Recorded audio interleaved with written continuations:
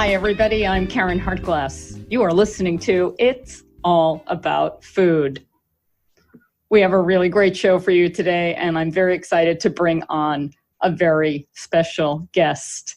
Ocean Robbins is with me today. He's the co-founder and CEO of the Food Revolution Network, which is a global community of 500,000 plus members standing up for healthy, sustainable, humane, and delicious food for all. Working with his dad and colleague, 2 million copy bestselling author John Robbins, Ocean has hosted and organized online summits and classes which have reached more than 1 million participants from 190 plus nations. Ocean also serves as an adjunct professor in Chapman University's Peace Studies Department and as founder of Youth for Environmental Sanity. Yes, a global nonprofit organization which he launched at age 16 and directed for 20 years. Ocean has led live in-person events and public presentations for more than 200,000 people from 65 plus nations. He is a recipient of many awards, including the Freedom's Flame Award, the Harmon Wilkinson Award for Distinguished Contribution to the Humanities and Social Sciences, and the National Jefferson Award for Outstanding Public Service. Wow. And that's just the tip of the iceberg. Of the ocean iceberg. Thanks for joining me, Ocean. Great to be with you, Karen, as always. I just want to say that I am very grateful to know you. You are an amazing individual. I'm glad you wrote this book. It's really important. I really enjoyed reading the introduction and hearing your full story. We can touch on that a little bit, but it's really important to know who you are and where you're coming from. And what touched me more than the story I've heard many, many times, and some of my listeners have heard, and I'm happy to hear it again because it's just a wonderful story about Baskin-Robbins. But the other part of it, because you have had so many intense challenges to go through in your life, and no matter what happens, you always stay positive, focused, and just amazing.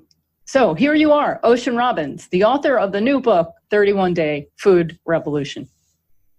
Well, I'm so happy to be with you, and this is a big day for me because 31-Day Food Revolution has been really decades in the making, and now here we are ready to share it with the world.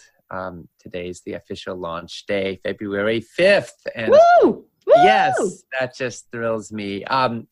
You know, I wrote this book because for so many people, there's this gap between knowledge and action. You know, a lot of us know that we need to eat more vegetables and less sugar and processed junk. And if that's all that it took, we wouldn't have an obesity epidemic in America. We wouldn't have a diabetes crisis. But at the end of the day, cancer, Alzheimer's, heart disease, they don't care a heck of a lot how much you know, how many radio shows you listen to, how many books you read, but they do care what you eat and how you live. And for so many people, there's this gap between knowing what to do and doing what we know. And so I wanted to cut through the confusion so we know what to do, but also really focus on practical implementation so that we can get results. Something that your father and colleague said many times, and it came out in numerous books, is the importance, I'm paraphrasing and I won't get it right, but the importance of reaching a broad audience with a powerful, effective message. And it's not about the details, it's about simple actions that everyone can take that will make powerful difference. And you continue this message in different ways in your book, and I really appreciated seeing that. And that seems to be part of the whole food revolution message.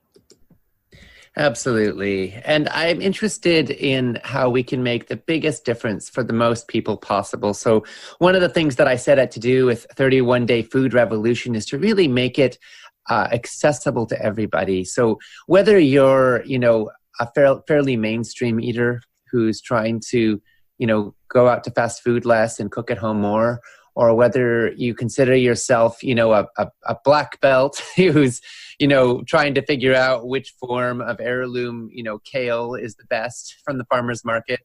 The reality is that we all have steps we can take in a toxic food culture to move in a healthier direction. We're surrounded in a sea of a food system that has made profits more important than human health or even the survival of life on this planet. And in that context, it's up to each of us to become what I call a food revolutionary. And if you already feel like your diet is spectacular, I'll bet you have loved ones who could have some, let's say, room for improvement as well. So one of the big focuses I put into this book is not just how you can get your own house in order, how you can put your own oxygen mask on first before helping others, but also how we can save the freaking plane. Because the reality is that we have so many people in the world right now that are suffering and even dying from a toxic food system that is killing us in droves. And so I want to show you how you can be a part of the solution. And the spoiler alert is, it is actually a heck of a lot easier to change the world than you probably ever imagined. It is. I have to confess, I love the title, but I didn't get the meaning behind the 31 days to begin with. I was like, why did he pick 31 days? Well, it wasn't because there is a lot of brain science showing that it takes about a month for habits to set in. That once you have done something for a month, you're a lot more likely to continue doing it. And I'm interested in sustainable habit change. But 31 was chosen for a very particular reason, because my grandpa brought the world 31 flavors of ice cream with the founding of Baskin Robbins. And, at the time there was vanilla, chocolate, and strawberry. And he said, gosh, we could have a lot more. And so he invented a flavor for every day of the month. And he brought a lot of smiles and a lot of pleasure to a lot of people. But I'm saying that at the end of the day, 31 flavors, 31 steps to health, rather, can bring you more satisfaction and more health and more pleasure even than 31 flavors of ice cream. So every single one of the 31 chapters ends with simple action steps you can take. And you can definitely take one a day and read a chapter a day for 31 days. You can also implement the fundamental principles of the Food Revolution diet plan for 31 days, or you can implement it, better yet, for the rest of your life, and you'll get incredible results. But I promise, if you just do this for a month, you will see real improvement, and it'll get easier and easier to keep doing the right thing. Okay, I don't want to give away everything that's in the book, and certainly we can't talk about everything that's in the book in this brief interview. But I did want to highlight some things and things that popped out to me as fun or interesting or informative or just something I wanted to talk about. But the first thing is the 4 principles of the Food Revolution diet plan. Can you talk about that? Absolutely. So principle 1 is to eat less sugar and processed junk. Principle 2 is to eat less animal products, particularly from factory farms. Principle 2 is to eat more whole plant foods. And principle, I don't know if I said my numbers right, that's principle 3. And principle 4 is to consciously source your food so that you're choosing more organic, fair trade, sustainable, non-GMO, local food, and less of foods that are destroying people and the planet. And I'll elaborate on each of those for a second. So, when we look at the blue zones, which Dan Buettner has researched for National Geographic, these are the places in the world where people have traditionally lived the longest and healthiest lives, where it's typical for people to live healthy, vibrant lives past the age of 100. And in the blue zones, they're very different. They're very different parts of the planet, but they all have a few things in common. People in the blue zones tend to eat very little sugar and processed junk. They tend to eat very little animal products, between 0 and 10% of calories, whereas in the United States, we're at 34%. They tend to eat a lot of whole plant foods, and they source a lot of their food locally, and a lot of it was organically grown. And I find this fascinating because there's so much controversy about the optimal diet for human beings in the public conversation right now. But when you actually look at long-term epidemiological studies, over 10,000 of them published in peer-reviewed medical journals, when you actually look at the blue zones and the actual results for human beings over the long haul, there isn't a lot of confusion. It's pretty clear. We need to eat less sugar and processed junk, less animal products, and more whole plant foods. And when we do, we can reap incredible benefits. So the principles are pretty clear and I think the data is pretty overwhelming. The jury is in on this one. Now, we could argue till the cows come home, literally, about whether the optimal amount of animal products in the diet is at strict 0, or maybe for some people a little bit of something or the other, wild fish or whatever, from a purely health perspective. But at the end of the day, what's not arguable is we need to eat a whole lot less animal products than we are right now. We could argue about whether organic is dramatically better or only a little bit better than pesticide-contaminated foods. And there are studies pointing in both directions, but there are definitely studies showing that farm workers are dying in droves from pesticide exposure in the fields. There's no question that some of the neurotoxic pesticides that are being sprayed on our foods were developed during World War II to kill people, and that in sufficient quantity they can cause cancer and birth defects in humans. And we don't know quite what that quantity is. Obviously, the dose determines the poison, but I think that it's pretty clear that if you want to do the best thing for your family, then moving in an organic direction is going to be optimal. So there are details, how much fat is optimal for a human being, which types of fat. Are any bottled oils, toxic, or can a small amount be acceptable? Is coconut oil, the most highly saturated fat in the food supply and therefore poisonous, or can it in some circumstances be beneficial for brain health? There's still more study needed on some of these things, but what's not confusing is the big picture, and I don't want us to lose sight of that. Eat less sugar and processed junk, eat less animal products, eat more whole plant foods, and you can radically extend your lifespan and your health span, and that's the big point, and that's what we need to stay focused on. You mentioned a number of experts in your book, and one of them is Susan Pierce Thompson, who we know and love, and who has just done amazing work with people who are trying to reach their ideal weight. And one of her platforms, or the foundation, is no sugar, no snacking, no flour. Actually, it's no sugar, no flour, no snacking. Yeah. And which is related to fewer processed foods. And it's really very basic. People that focus on eliminating refined sugar, refined flour, and snacking can lose a tremendous amount of weight. It is well documented. And, Susan's, in chapter 5 of 31 Day Food Revolution, we look at sustainable habit change and how you can learn to love foods that love you back. And I draw heavily on Susan's work because I think it's so important. She has helped people to release over 400,000 pounds in the last 4 years. And she's developed a program that's, if you're concerned about weight loss, it's the most effective thing out there. And we've worked with her extensively in Food Revolution Network. And, the cornerstone is that a lot of people are fundamentally addicted to certain foods. And willpower isn't enough. If you're one of those people who sometimes finds that you're craving foods that aren't in your best interest, or sometimes finds that you're eating foods that you really don't want to be, it's not good for you, but somehow you don't feel like the true author of your food life, then you may be dealing with something a little deeper than not knowing what to do. You may be dealing with some food addiction itself. And so one of the cornerstones there is to get off sugar and flour. And yes, also no snacking. So you plan ahead. Every day you plan what you're going to eat, what your meals will be tomorrow, and then you stick with your plan and you don't veer from it. And sugar and flour both enter the bloodstream very quickly, and they provide this kind of dopamine hit to the body. And for people who are dealing with addiction issues, it can be very overwhelming. It can be triggering, actually, to get that hit in the brain. And so that's where going off of the sugar and the flour can be really, really helpful. And then in the long term, we also look at not just how do you get free from food addiction, but how do you give your body the nutrients it needs to really thrive. A lot of people are calorie rich, but they're actually nutrient starved.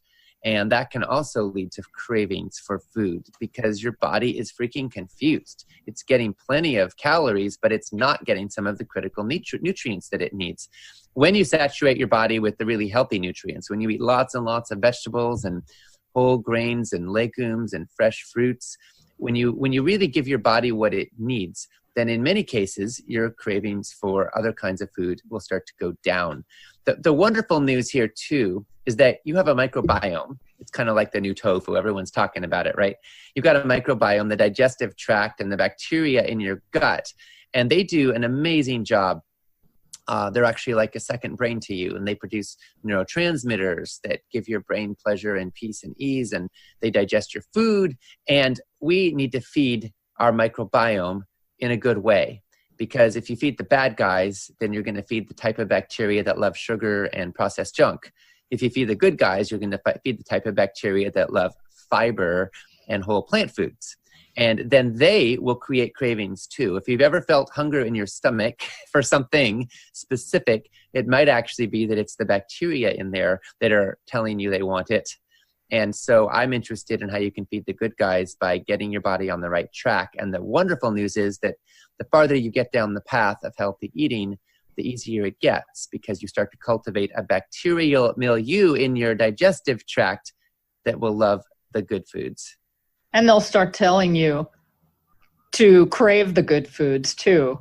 It's true. I mean, this morning I had steamed kale for breakfast. I'm not kidding. Now that might sound wacky and weird to some folks, but I did, and I liked it, and I was salivating before I started eating it. And I just want to say, if that sounds crazy or weird to you, it's completely possible to actually learn to fall in love with foods that love you back. And it's actually a bit distorted that so many of us are drawn to foods that are not in our best interests. This is not normal for human history. This is something that's only been around for the last couple generations. But you can turn it around. You don't have to be a victim of a toxic food supply or a food industry that's hell-bent on hooking you on a lifetime of addiction to their products. You can become the author again of your food choices and bring them into alignment with your values. And when you do, your body will thank you for the rest of your life. I'm glad you brought up breakfast, and you talk about breakfast in the book and how breakfast doesn't have to be cereal and milk or toast. It can be all kinds of things. Our culture in the United States has been focused on eating certain specific things for breakfast, but people have been eating all kinds of things on the planet forever. And we need to get out of that mindset, because steamed kale can be a great breakfast. It can. You know, the truth is that I have a problem with breakfast, and it's not really with the meal itself. It's what our society has done to breakfast. You know, recently I was on a road trip with my twin sons, who just turned 18, by the way. We went on a trip out to, we were in Utah at the time. We were going to country music concerts. That was their idea, and visiting national parks. The national parks part was my idea. And so we were out on the road, and we stayed in a hotel, and they had a continental breakfast in the morning. And I didn't really have high hopes, but I was like, okay, let's check it out, guys. It's free. So we went down, and they had factory farmed bacon and factory farmed egg scramble, and they had waffles drenched in maple syrup. And well, actually it wasn't maple syrup. It was high fructose corn syrup masquerading as maple syrup.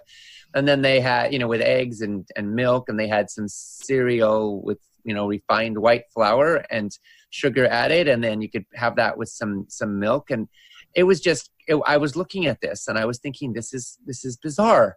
We want to start our day off right. And there's nothing here that we could eat. Even the orange juice was from, orange juice concentrate and had all kinds of junk added to it. Thankfully, our twins had the same reaction I did. They said, let's get the heck out of here and get some real food. So we drove across town to a natural food store and got ourselves some breakfast there. And that was it for the rest of that trip. We weren't doing anything with, hotel breakfast. But it struck me that this is actually normal, that this is what kind of breakfast most people are eating. And there's nothing about breakfast that says it should be saturated with sugar, white flour, and animal products. It's actually possible that you can start your day off with vibrant, healthy food. So in chapter 10 of 31 Day Food Revolution, I actually go into this in some depth and share my top solutions for breakfast. And one is, this might sound crazy, but it's my personal favorite, is leftovers. When I get up in the morning, the last thing I want to do is spend an hour in the kitchen. I want to get going with my day. I've got things to do. I've got activities to jump into. Usually I've got a few emails to respond to. And so I want to get rolling, and I like to actually cook up the night before. So when I'm packing up, we make extra dinner, and sometimes a lot of food, actually. But when I'm packing up from dinner and putting food away, I'll just put a nice container in the fridge, which is my next morning's breakfast, maybe even lunch. And then it's ready to go, and I can just grab it and go in the morning, which is a wonderful feeling. And there's nothing that says that your body can't enjoy some wonderful quinoa and steamed veggies and curry sauce, for breakfast. And then sometimes I also like to do something a little more traditional. And so there are wonderful options for, things like pancakes and, oatmeal can be quite nutritious, especially if you load up with some berries and some nuts. There's a lot of great things. I love smoothies too, and they can be fun. And sometimes we make extra smoothie. We'll make a few days worth at once, maybe 2 or 3 days, have that in the fridge ready to go. And I like green smoothies. I'm not big on, lots of fruit, because I don't think our bodies do well with a saturation of fruit sugar first thing in the morning. But a little fruit can be wonderful to make it sweeter and more delicious. I just don't want to overdo it. So adding some greens, adding some nuts and seeds can make it highly nutritious. And then let's never forget about chia and flax seeds. They are just superfoods, packed with omega-3s and protein, but also packed with fiber. And they are just so good for our bodies. So my favorite breakfast of all actually is an overnight chia soak. I soak chia seeds in unsweetened soy milk and add in a bunch of blueberries and usually frozen blueberries, and a bunch of chopped up banana and some nuts or seeds and maybe a little flax meal that I grind up as well. Mix that all together with some vanilla, sometimes a dash of maple syrup if I'm feeling uppity, and stir that over and leave it overnight. And the next morning I have to chew it well, because the chia seeds take some chewing to digest. But oh, is that ever tasty and delicious. So that's my favorite breakfast of all. You can also do a similar thing based around oats, soak them overnight, add some nice spices, add some vanilla, blueberries, banana, just wonderful.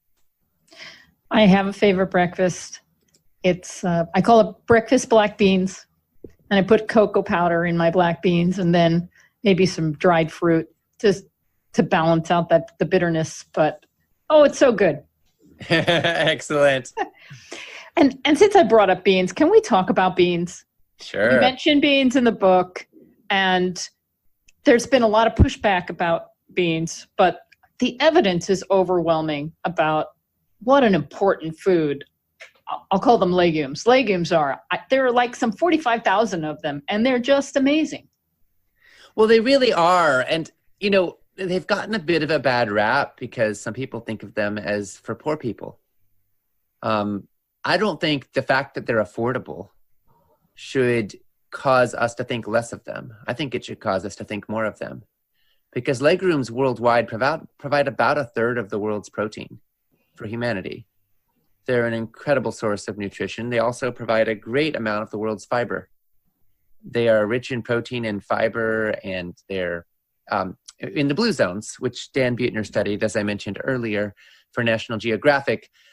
He looked at where people live the longest, healthiest lives, and they eat very different diets. But there is one particular food that they have in common that they eat in all of the 6 blue zones that Dan Buettner studied, and that's legumes. Now, most of the legumes are beans, but we want to include split peas and lentils in the mix as well. So that's why we call them legumes. And these are just incredible foods. Now, some people do struggle with gas. They're not called the musical fruit for nothing. And there are a couple main reasons for that. One is they have a lot of oligosaccharides in them. And when you soak them for 48 hours before you cook them, making sure to pour off the water every 12 hours, then you remove a lot of the offending oligosaccharides, and you help to create the conditions for a more less offending, shall we say, product in the end. So that's a wonderful step that you can take, is to soak them. And then the other issue is they are very high in fiber. And anytime you change your bacterial digestive tract significantly, it can cause gas. Often people who take probiotics find they get gas for a little bit, especially when they take a large quantity.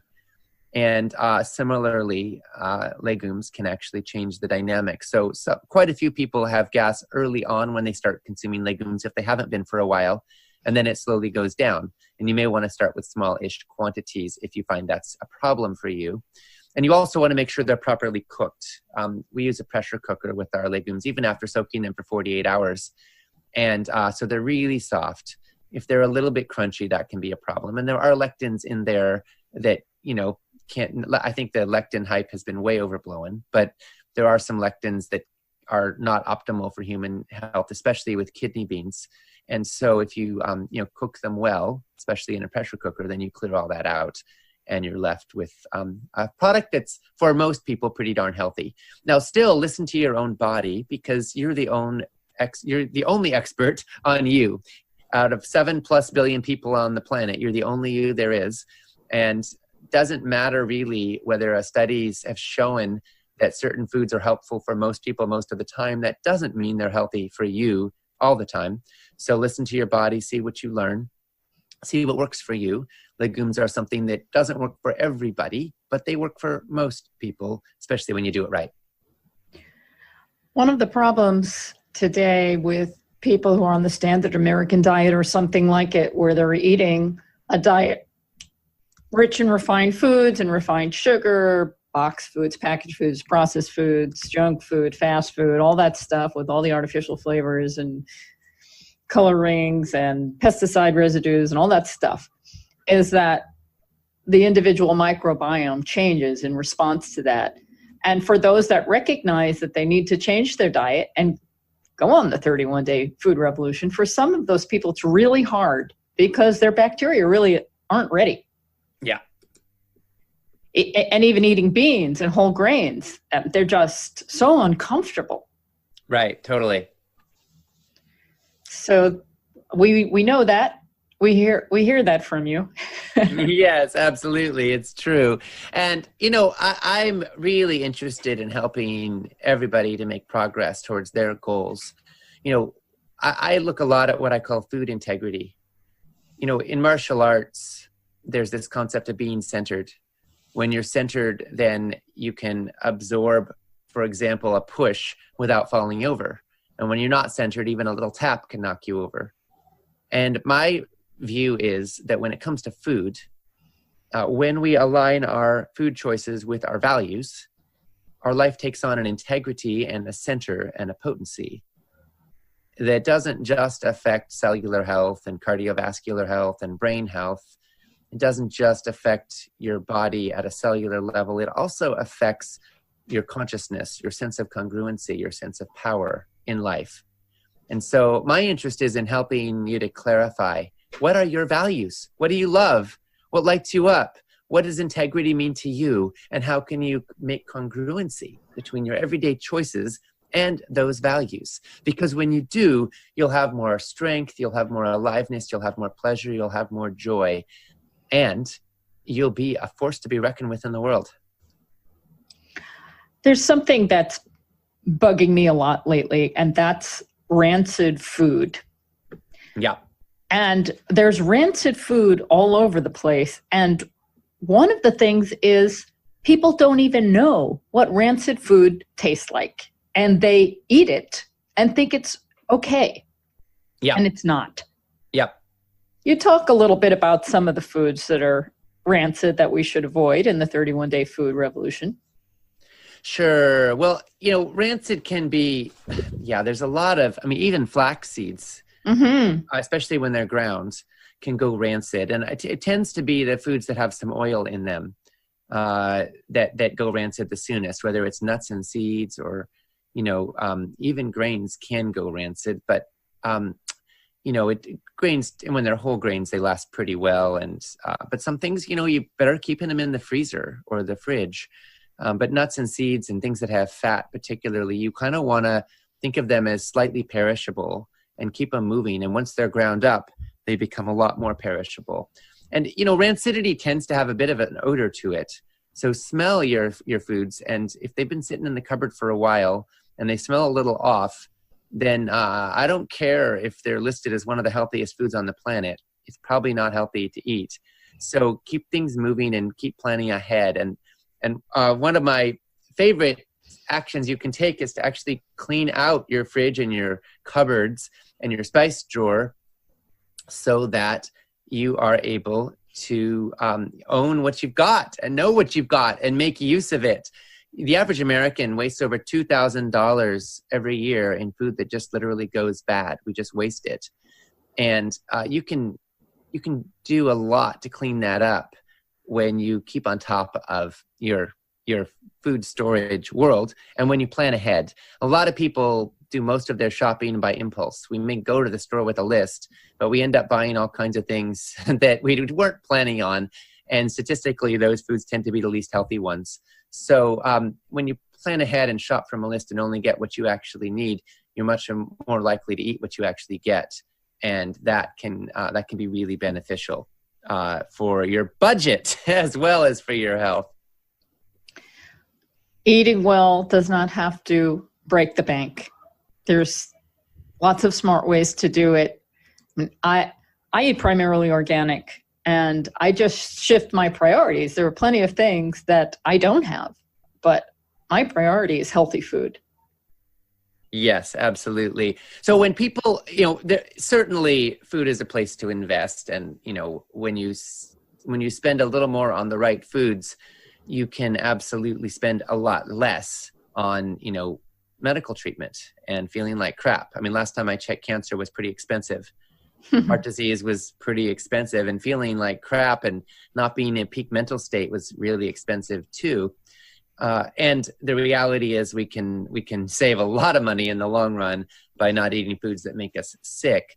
But let's talk for a second about how you can eat healthy on a budget, because it's a real concern for a lot of people, that, the feeling that Whole Foods take your whole paycheck, and that really healthy food is some kind of elitist luxury. And for people who are just trying to survive, just trying to make it through the day, sometimes that's how it can feel. The way I look at it, Food 1.0 is about survival. If you can get enough calories to make it through the day, then that's success. And Food 2.0 is about commerce. It's about the buying and selling of goods and flavors and taste and texture and cuisine. And then Food 3.0 is about health. And that's where I think we need to go to. It's where healthy food becomes the central organizing principle of our food system and of our food choices. And there are healthy profits to be made in healthy food, but they come from healthy food. Now, I think that for those of us as consumers who are wanting to eat well without breaking the bank, some of the top tips are, number one, the most expensive calories you'll ever consume are the ones that make you sick and kill you, right? So choose to avoid the foods that are toxic. Number two, shop from a list and plan ahead so you don't need to waste $2,000 a year like the average American family does on food that goes bad. Number three, when you eat healthy, nourishing foods and give your body the nutrients that it needs, you may find that you need less calories overall. You may find that you don't need to consume the excess of 500 calories that the average American gets, which can be good for your waistline, but it can also be good for your budget. And then I also like to focus on the real superfoods. I'm not fascinated by $30 a pound goji berries from the Himalayas. I'm interested in the foods that are super precisely because they can do the most good for the most people. So I'm talking things like cabbage and legumes and onions and carrots and, foods that are packed with nutrients that are not going to break the bank. And we look at that in 31 Day Food Revolution. And also, organic is wonderful.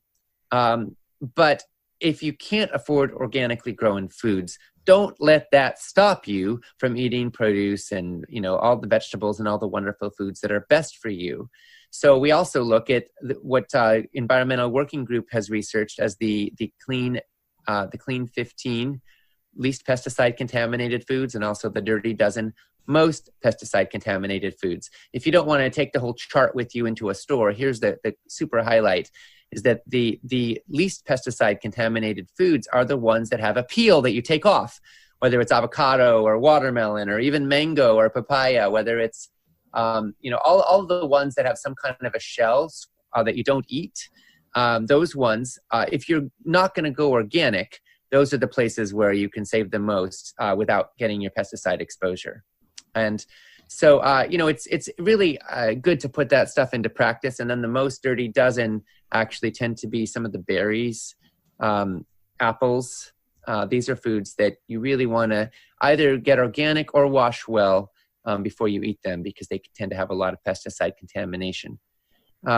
And lastly, restaurants are a source of a lot of food expenditure for a lot of people. And I love eating out at restaurants. I really do.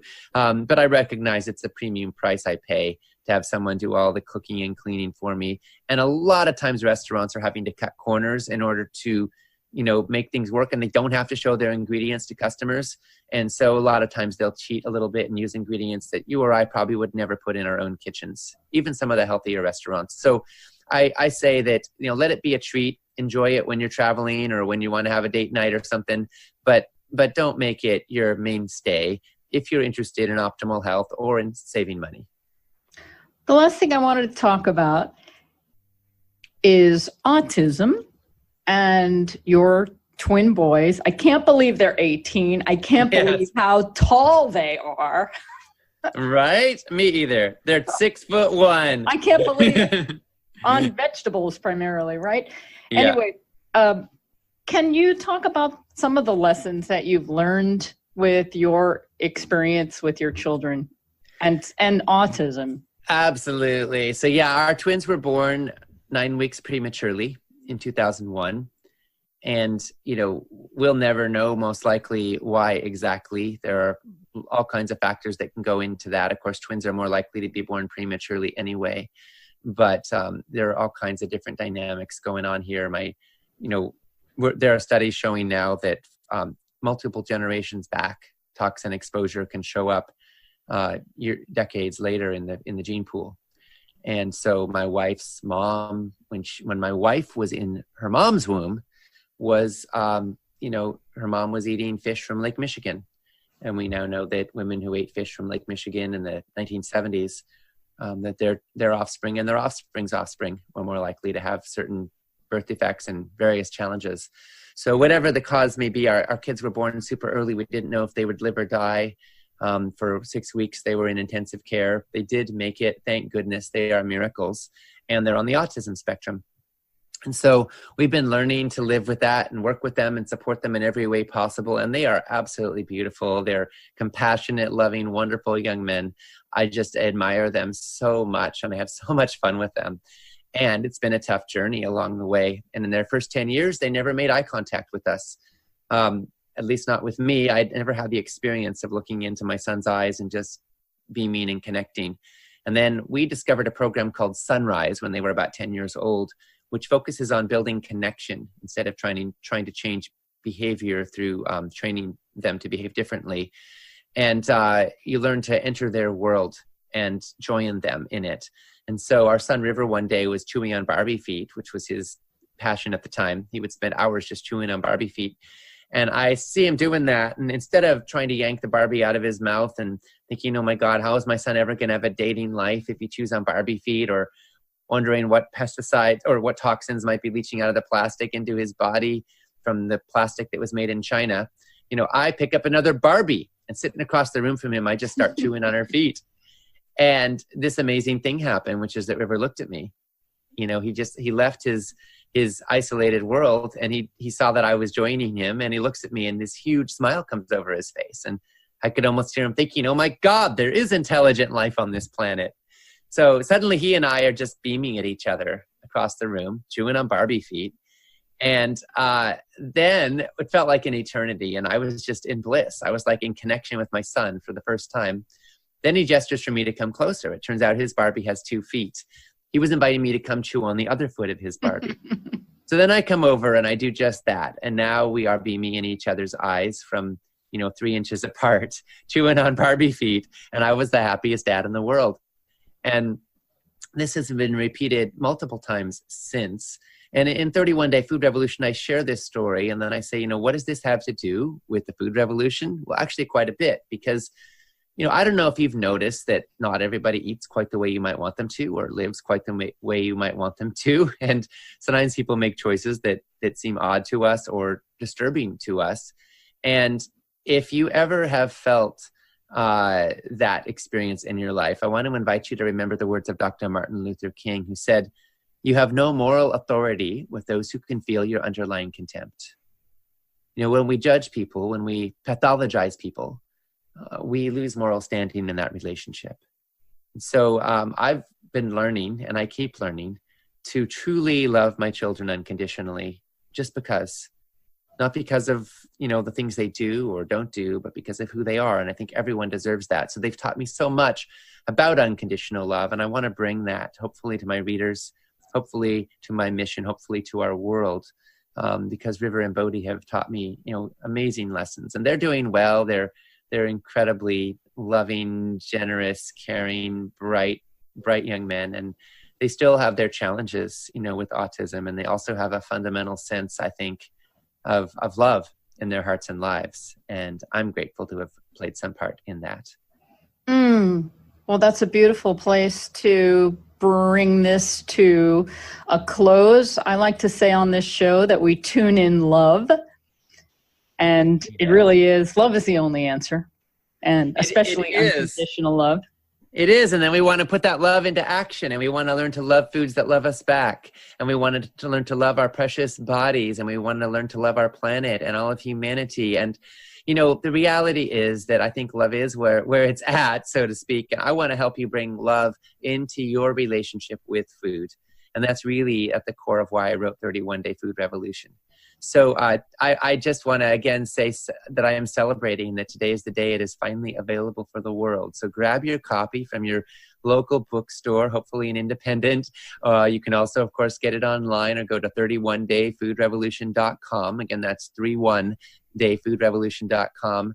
Grab your copy or copies. That makes a great gift. Spread the word. Share it with loved ones. Let's get this message out there, because you know what? We don't need to have 14 million people dying of heart disease every year. We can slash that number. We don't need 8 million people dying of cancer every year. We can slash that number. We don't need 2/3 of our population overweight or obese. We can turn it all around. It starts with you and me, the food we eat, the lives we live, the books we read, the radio shows we listen to, the messages we share with our loved ones, and the stands we take with our lives. So thank you for being a part of this revolution with me. Thank you, Karen, for your incredible partnership. I love all the work we get to do together. We didn't really talk about that so much, but you're a huge part of Food Revolution Network and all that we do. I am so grateful. I love what you bring to the world. I love working with you. And everybody listening, I love working with you too. So thank you for being a part of this revolution, and let's do this. This isn't video, this is audio, but all during your last monologue, I've been cheering and raising my hands and yelping and woo-hoo, yeah. I also have to add that it's been such an honor, such a privilege. I love you and Phoenix, your kids, River and Bodhi, and I've been long-term friends now with your dad, John Robbins, and Deo Robbins.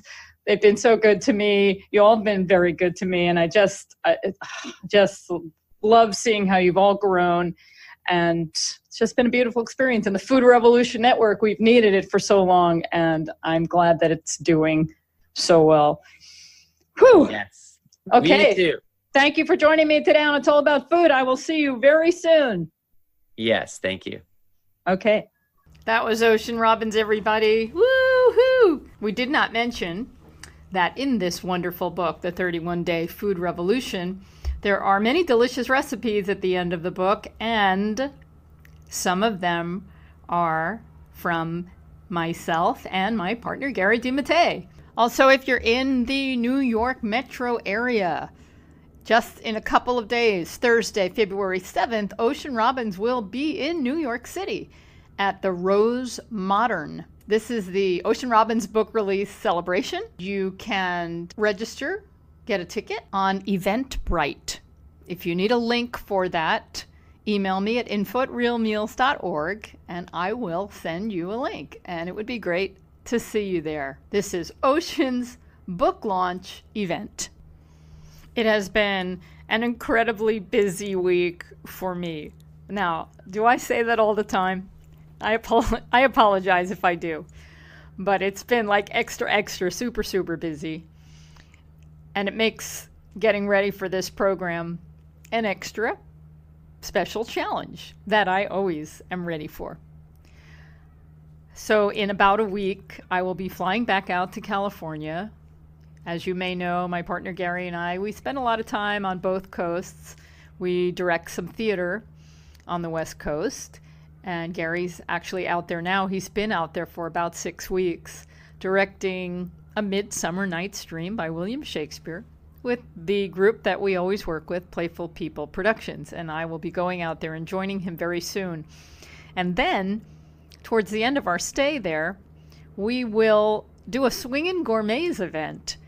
And that includes making dinner for a small party of people and talking about food, healthy food, and singing.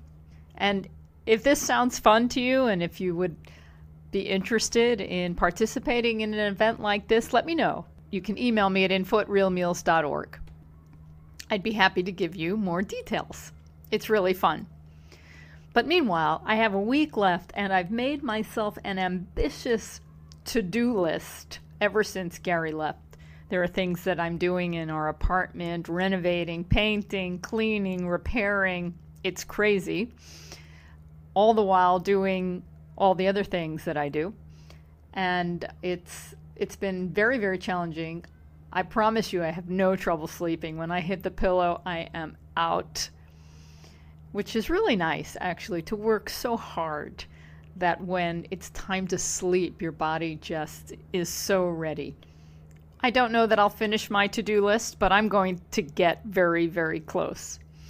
But all the while I'm doing these crazy tasks that I gave myself to do, I wanted to make sure that I ate very well. And I know some people, when they're alone, tend not to want to prepare food as much as when they might be with someone else. And I didn't want to fall into that kind of habit. I wanted to put into place many of the things that I recommend to other people to do, which is kind of difficult. It's really hard to understand someone else's lifestyle. And when you're recommending things, at least I know when I recommend things, it's easiest to share tips from my own personal perspective, my own lifestyle. I cannot emulate your lifestyle. I have my own life. But sometimes when my schedule changes or my activities are such that it's harder and harder to prepare meals, I sympathize a lot more with many of you out there who struggle with getting in the kitchen and preparing meals so that you can eat healthy all the time for you and your family. I get it. And that's when batch cooking really comes into play. And I also dipped into the freezer a lot. I made sure I had lots of healthy frozen vegetables, cauliflower, peas, corn, mixed vegetables. These really come in handy for making very quick soups and stews, or sometimes just warming them up and plopping them on top of a big bed of greens with a nice sauce. This is what I did. And if you want to know what I did, you know where to go. I put it all in my What Vegans Eat daily blog. And on looking back on the last week, it makes me hungry. Some of those pictures are really good, and I remember eating each of those dishes. One of the things that I did, I love cauliflower. I know I've mentioned this a bunch of times, especially when I've spoken with Chef Del Sroof, because he does lots of great things with cauliflower. I always end up thinking I'm going to make something different with the cauliflower, and then I end up steaming it and just devouring it, because I like it so much just the way it is. I did make some cauliflower this week, and there was some leftover. So I took that leftover cauliflower and blended it to make cauliflower cream. Have you tried that? Just blended cooked cauliflower? It's crazy. It's so good. It's so flavorful. Now, I imagine if you wanted to doctor it up a little, you could add maybe some nut milk, blend it with some nuts to give it a little fat, or add some herbs and spices and seasonings. But just alone, cauliflower cream, it's beautiful. And so I made a soup, and I made some other things, and I just plopped a dollop of it on there. Any kind of dollop of something white and thick makes a dish feel decadent. When Gary is here and we sit down and have a meal with a big salad, we tend to make some kind of nut or seed salad dressing where you blend a nut or a seed with water and add some vinegar or some lemon juice, lime juice, maybe some other flavorings. We do this a lot. Gary does it more than I do it. Thank you, Gary. And when I'm alone and I'm not ready to start blending and doing 20 things at the same time because I'm in a hurry, I've opted a few times, maybe more than a few times, to take salad that comes in one of those 5-ounce bags, and I bought a bunch of these with arugula, so I would just grab like half the bag, maybe the whole bag if I was really hungry, and I'd splash it with balsamic vinegar, and I love that. I'd also put some frozen raspberries or frozen blueberries on it. And if you just let the berries sit for a few minutes, they defrost really, really quickly. So a green with the berries and a splash of balsamic vinegar. If I had a moment, I might chop up some onion because I like raw onion in the salad. And Dr. Furman tells us we should have raw onion in our salad. I was nice to myself, too, a few times where I chopped a lot of extra onion. And I stored it in the refrigerator so I could just sprinkle some on my salad every day. It was just there ready to go. I don't typically buy these salads that come in the bags pre-washed. I usually like to buy a head of kale or a head of collards or maybe some romaine and break it up myself and rinse it and go through that whole process. These last few weeks have just been so overwhelming that I opted to use these salads that come in the bag. And for people who are really busy, this is really a nice convenience. They're triple washed, many of them, so you don't have to rinse them. If you feel better rinsing them, you can. But this is a fast way to make a salad. Grab the greens. Maybe if you can chop the onions in advance like I did, you just sprinkle them on. You grab some frozen berries, you throw them on the salad. And you can add extra things. If you have olives in the house, just throw them on. And then splash it with a balsamic vinegar. To me, that's just a great salad. I can't help but think of Susan Pierce Thompson, Dr. Thompson, whenever I'm splashing my balsamic vinegar on my salads. I remember her telling this story. If you're familiar with her, she has a program called Bright Line Eating, and she's helped many, many people lose weight and reach their ideal weight. And for those that have a highly addictive personality and are addicted to sugar and refined flour and who knows what else, drugs, whatever. Some people have specific personalities that are more susceptible to addiction, and she is one of them. When she reduced all of these foods that she didn't want to eat as she was developing her plan, she started to use balsamic vinegar on everything, and it became almost like an addiction where she loved balsamic and just consumed tons of it. So whenever I put balsamic on my salad, I think about it because balsamic does have a sweet flavor. It's sweet and pungent or tart or sour. That's what I'm looking for from the vinegar. I think it's a perfect combination. So if you don't have an addictive personality, you can use balsamic vinegar liberally. I don't think there's anything wrong with balsamic vinegar, but too much of anything isn't good. Too much water, you can drown. One of the events that happened this week was with Dr. Michael Clapper, and I'm happy to say that I got to pre-record an interview with him while he was in New York, and that will air next week on February 12th. He was here for a variety of reasons. There was the Real Truth About Health conference on Long Island. And then he came into Manhattan and we organized a very special event at Candle Cafe West. I wanted to talk a little bit about that for a moment. It was a really lovely event, and I love the owners of Candle Cafe, Candle 79, and Candle Cafe West. I think they're the best restaurants in New York City and maybe everywhere. I love them, and I love the owners, Joy Pearson and Bart Potenza. I've had them on this program many times. I can feel the love in every bite of food that is served at their restaurants.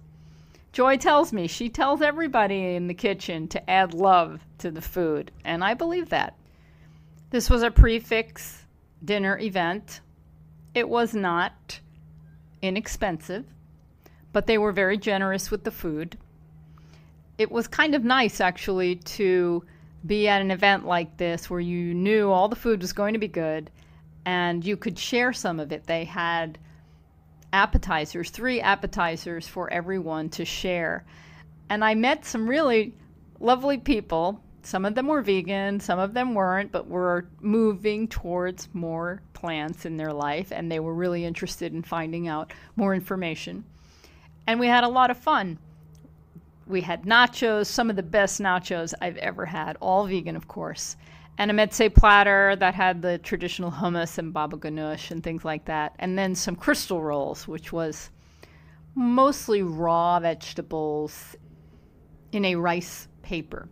We all got to choose our main dishes. I had a tofu and stir-fried dish, which was very delicious and not what I was actually expecting.